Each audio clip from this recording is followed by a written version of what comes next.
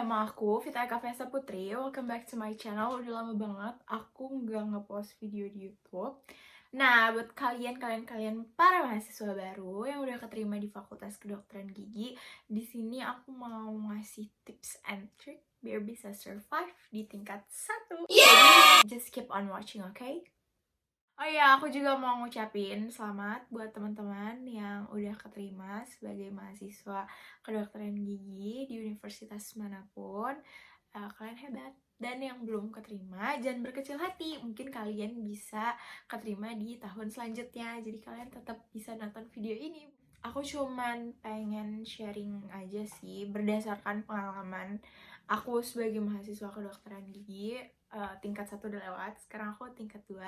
Jadi doain aku ya guys, semoga aku cepet lulus. Mungkin aku akan mulai dari buku yang kalian butuhkan. Pasti kalian super bingung kan sebagai mahasiswa kedokteran gigi yang baru. Kalian tuh harus beli buku apa? Aduh, banyak banget yang nyuruh aku beli buku.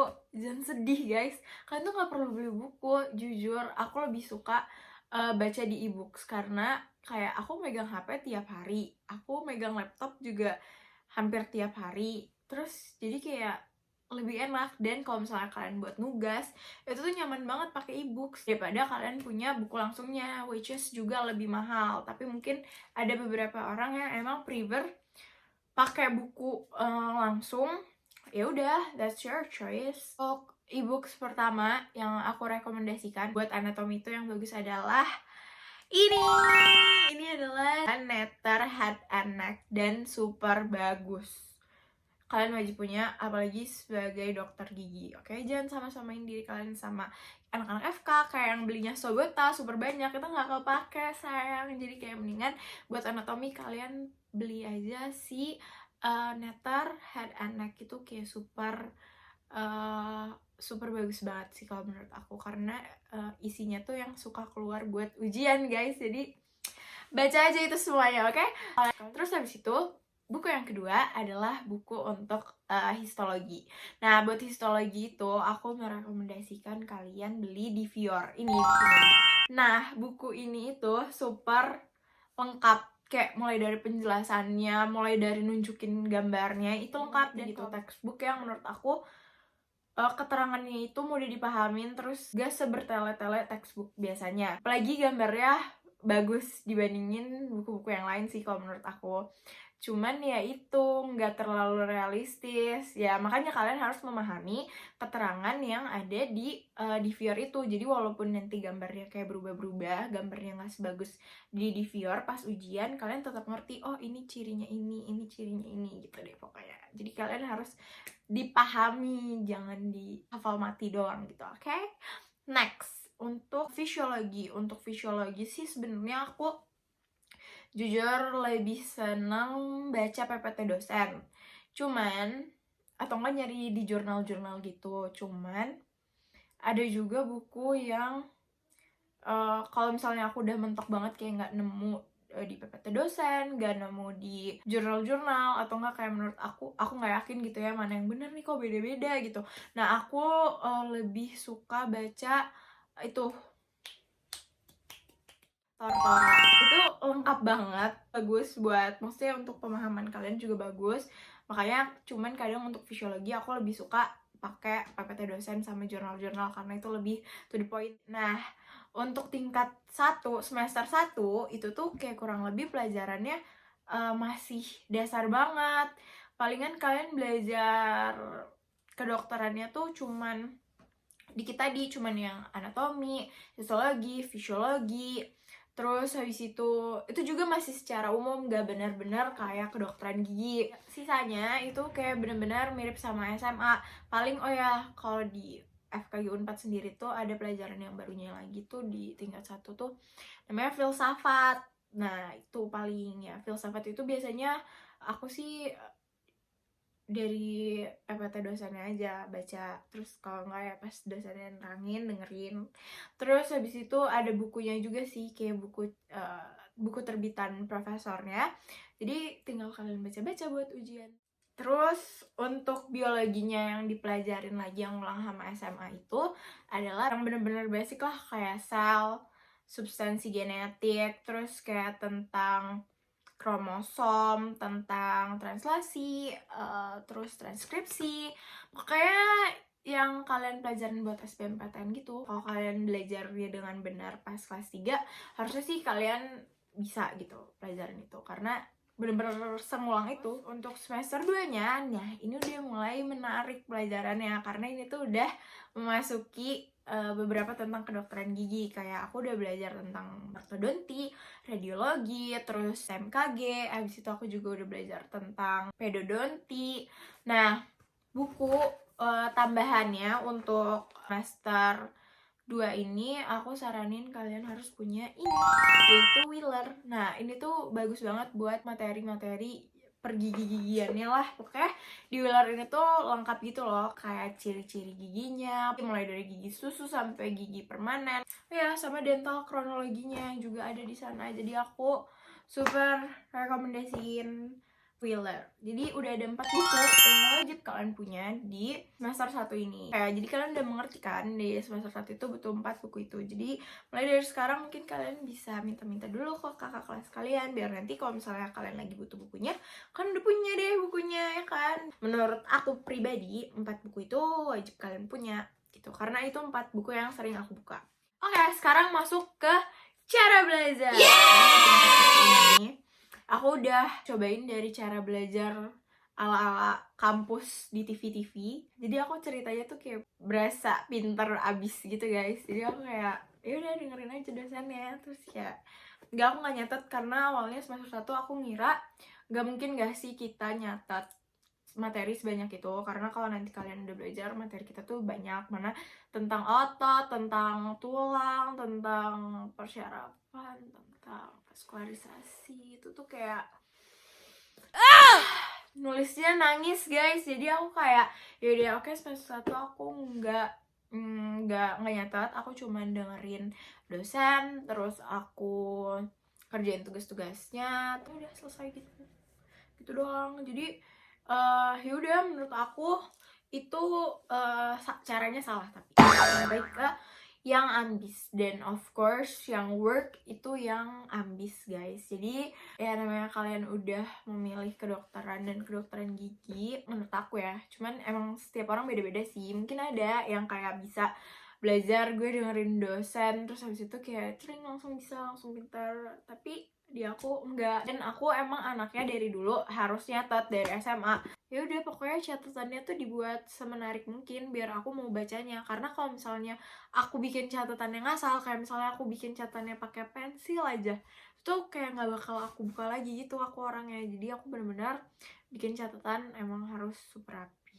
gitu, kayak pas zaman SMA.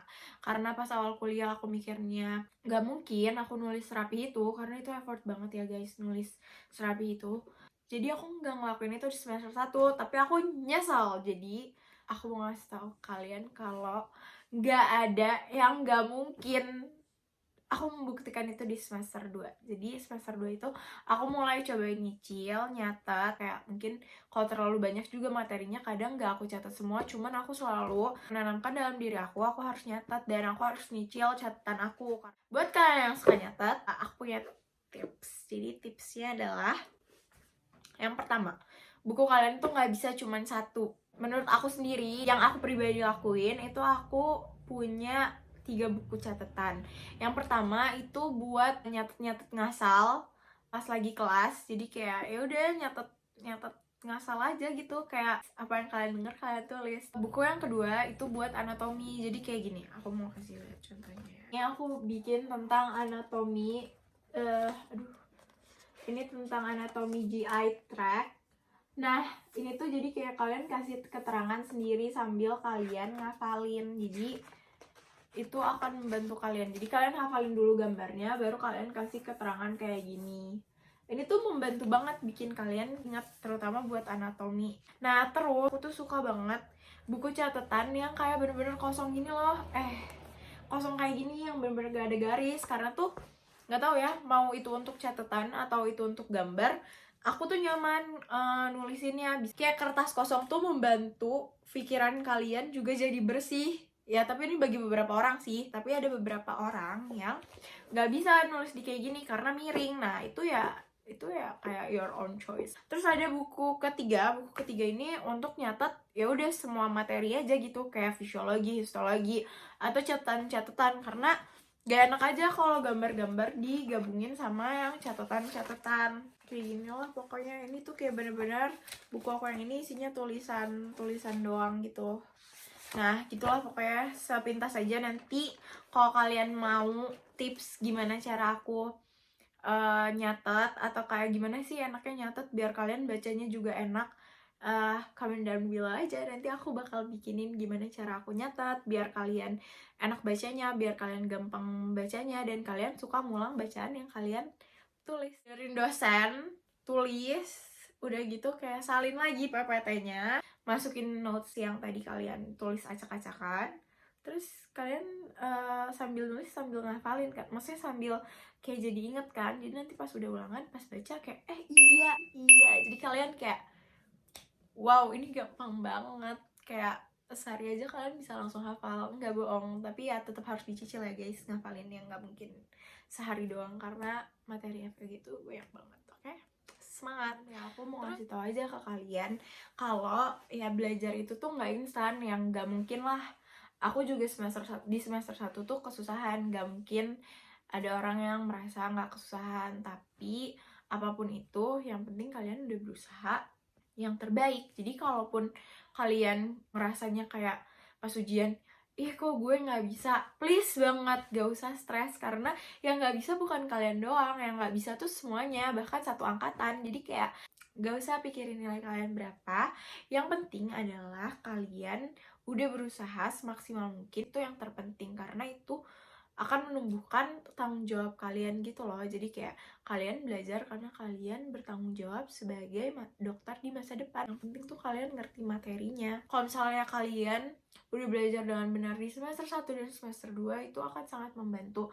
Pertama, menurut aku itu membantu cara pikir kalian, terus membantu kalian cepat menghafal juga. Jadi kalau misalnya dari semester 1 sama 2 kalian udah terlatih menghafal materi sebanyak itu, jujur banyak banget, nanti di semester-semester berikutnya kalian nggak akan terbebani dengan materi sebanyak itu. Makanya kalian harus membiasakan diri kalian dengan belajar. Jangan lupa juga berdoa. Saran dari aku, untuk semester 1 dan semester 2, alangkah baiknya kalau nilai kalian itu udah gede, karena makin semesternya itu makin tinggi, otomatis pelajarannya semakin susah. Jadi kayak kemungkinan untuk nilainya sesempurna di semester 1 dan 2 itu lebih kecil. Jadi menurut aku kalau kalian mau ambis dari semester 1, bener gak sih? Apalagi pelajaran di semester 1 sama 2 tuh kalau menurut aku masih sangat bisa dipelajari. Apalagi semester 1 sih, semester 2 tuh ada beberapa pelajaran yang udah dokter gigi, pelajaran dokter gigi itu mungkin hal yang baru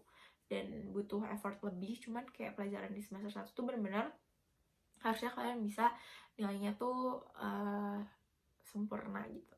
Oh ya, untuk cara belajar, tips lainnya adalah sesuaikan cara belajar kalian sama diri kalian. Kayak tadi kan aku ngasih tips belajarnya yang kayak mencatat, karena aku cara belajarnya emang mencatat. Tapi kalau kalian cara belajarnya dengan mendengarkan, kalian bisa kayak voice notes dosen kalian yang lagi ngomong, atau kalau sekarang lagi online kalian record Zoom ataupun Google Meet yang kalian lakuin sama dosen kalian, biar kalian bisa dengerin terus dan keingetan sama apa yang diomongin sama dosen kalian. Terus kalau misalnya kalian sukanya gerak-gerak, ya udah kalian kayak ngafalin aja sambil bergerak-bergerak, atau jangan terbebanin. Jadi waktu itu aku ujian sempat stres banget, jadi kayak aku mau melakukan hal happy tapi aku merasa bersalah. Tapi kalau misalnya aku belajar terus, kepala aku pusing banget. Jadi caranya adalah aku belajar, setiap aku nge-achieve misalnya satu materi gitu, aku bisa baca komik Conan,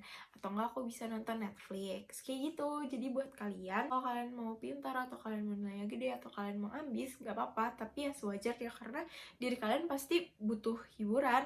Kalian gak bisa memforsir diri kalian untuk belajar, dan ciptakan lingkungan belajar dan cara belajar yang emang kalian suka. Oke, segitu aja dari aku. Semoga membantu, semoga kalian semangat, terutama buat tingkat 1. Ayo kalian pasti bisa. Menurut aku itu adalah tipsnya buat survive di kedokteran gigi tingkat 1. Jadi jangan lupa untuk follow Instagram aku di sini buat lihat mungkin ada update tentang kedokteran gigi, karena aku mahasiswa kedokteran gigi nih guys, siapa tahu gitu kan. Atau mungkin kalian kepo aja gitu sama aku, bisa di follow Instagramnya di sini. Jangan lupa subscribe, jangan lupa like, kalau bisa komen kalian mau apa, jadi nanti aku bakal bikinin. See you.